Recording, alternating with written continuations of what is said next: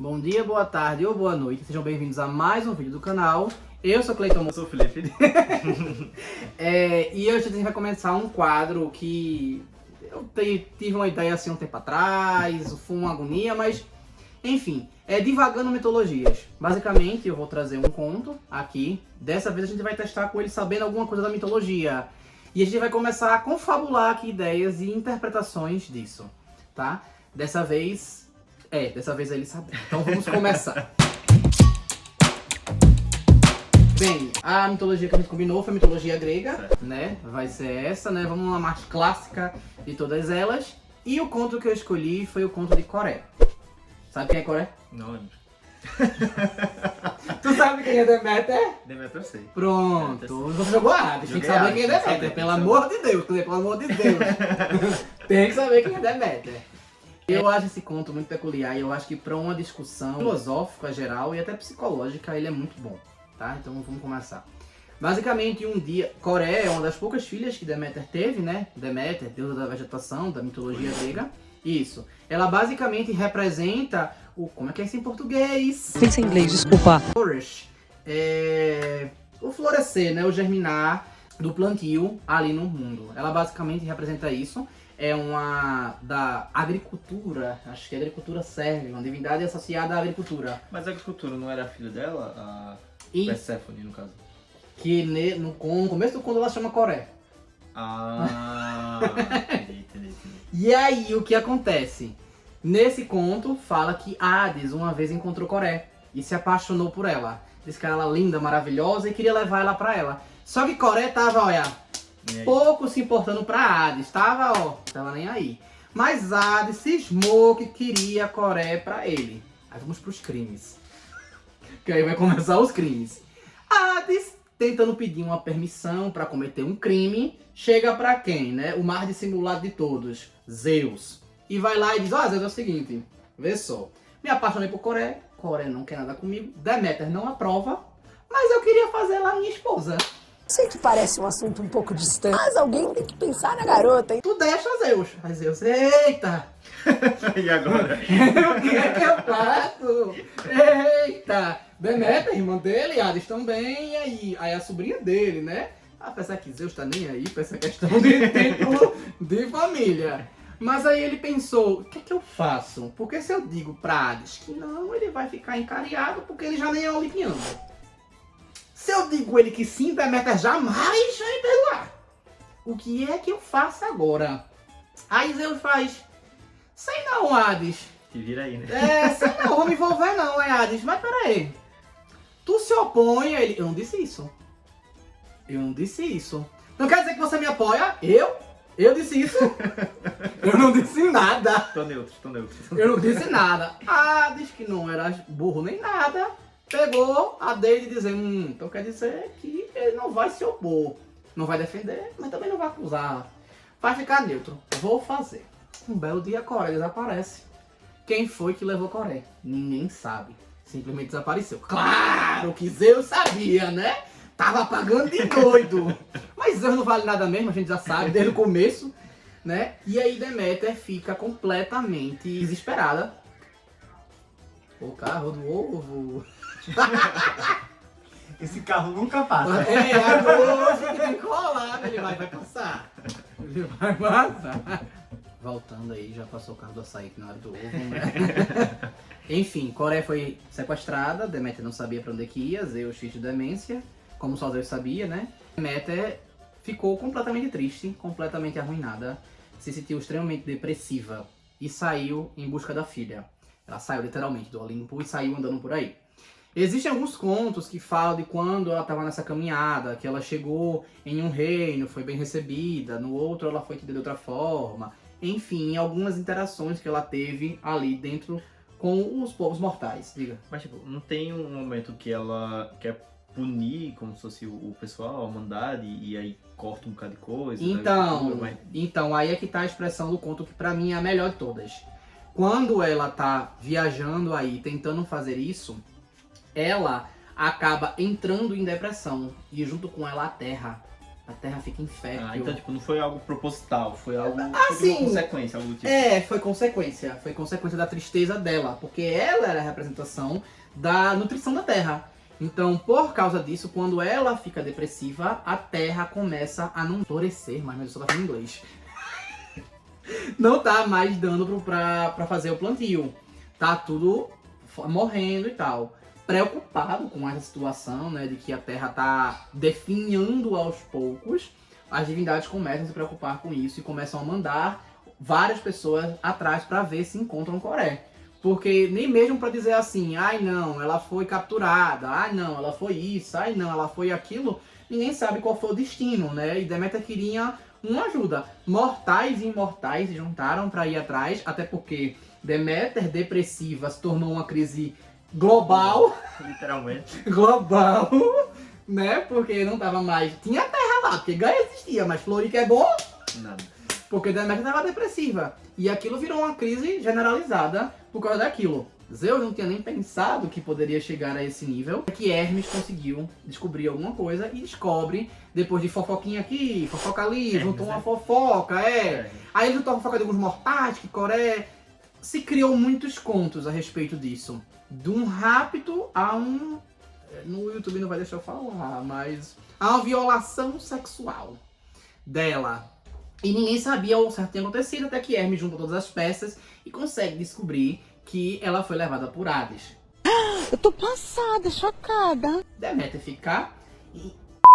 Exatamente. E ordena pra Zeus ir buscar Coré. E aí, quanto a situação, Coré é resgatada. Enquanto isso, no Tártaro, tá lá Hades querendo fazer com que Coré se alimente. Só que ela se rejeitou a comer todos esses dias que ela passou longe. Porque se ela comesse qualquer coisa, ela ia ficar presa no submundo. E aí isso significaria a vitória de Hades. Quando o Hermes chega lá pra buscar, Hades meio que faz, não consegui e leva.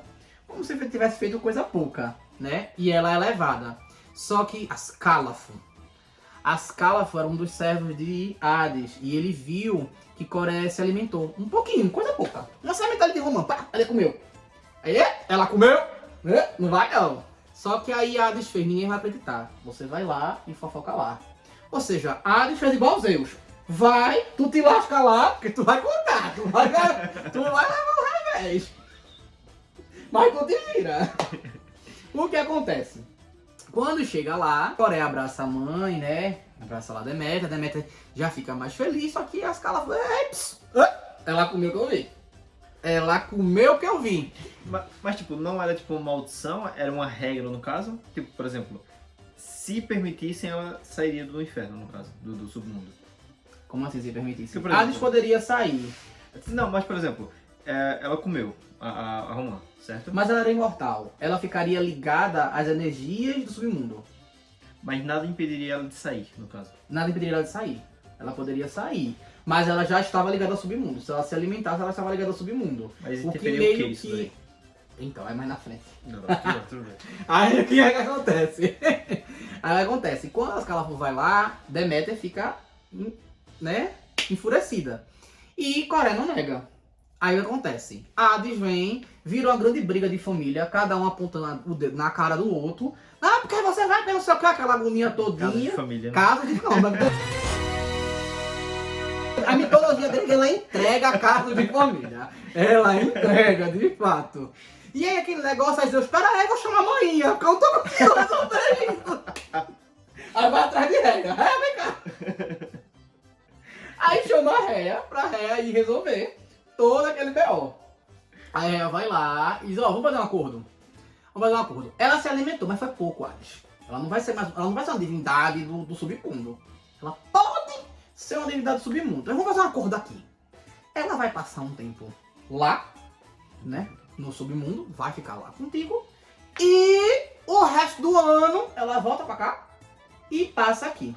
Os gregos, nessa época, eles dividiam o ano como 3 estações, né? Que era basicamente verão, inverno e primavera. Eram divididos em 3 estações. Então você imagina o tamanho do inverno. Mas, enfim. E aí o que acontece? Coré passou a se chamar Perséfone, Perséfone, que foi quando ela foi morar no submundo, e quando ela tava lá, ela era do submundo, ela era Perséfone, e quando ela voltava à superfície para passar com a mãe, ela trazia a primavera. Quando ela estava afastada no submundo, era o inverno, porque Deméter ficava depressiva. Ela ficava depressiva e a terra ia esfriando, porque ela ficava... Mas ela sabia que tinha uma esperança mais na frente, porque a filha dela retornaria. Então ela converteu ali a depressão dela num estado de reclusão. Não estou afim de interagir com o povo, mas eu tô viva. Uma hora volta. E quando Perséfone volta, e é por isso que ela é chamada de deusa primavera, porque o que vem depois do inverno é a primavera. Então quando ela vinha, Deméter ela fertilizava, né, a felicidade de Deméter, né, o humor de Deméter, e aí tudo crescia de novo. Mas no caso, Perséfone, no submundo ela representava o quê? Tipo, ela é uma divindade, beleza. Mas... Ela conta como rainha do submundo. Mas nada... Nada específico ali. Existe outra história dela, que aí envolve o mortal, envolve Afrodite. Eu trago esse conto depois, porque é um B.O. E Afrodite é caótica. Olha, a Afrodite é tão caótica que no dia que ela faz justamente esse caos que Perséfone está envolvida, a Afrodite faz assim, os deuses chegam e diz: Afrodite, a sua missão agora é só transar. Transe. Não faça mais nada, não se envolva com ninguém, só transe.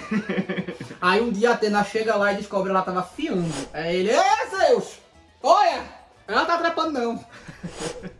Ela tá fiando, vai lá para... De tão caótico que a Afrodite é, mas eu deixo outro conto, melhor. Mas esse conto eu quis trazer de Deméter porque eu acho que esse conto ele representa mais de uma coisa.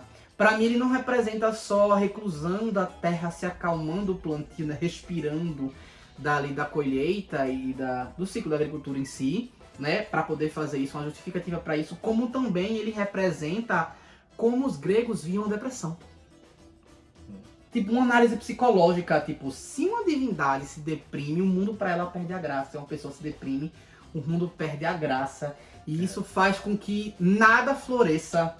Esse conto, para mim, é um conto lindo, principalmente por causa disso. Porque ele traz essa, pra mim, né, ele traz essa interpretação. Claro que existem outros contos de outras mitologias que trazem algum desses, mas esse, assim, pra mim, no caso da grega, pra mim é um dos melhores por causa disso. Porque você vê que, tipo...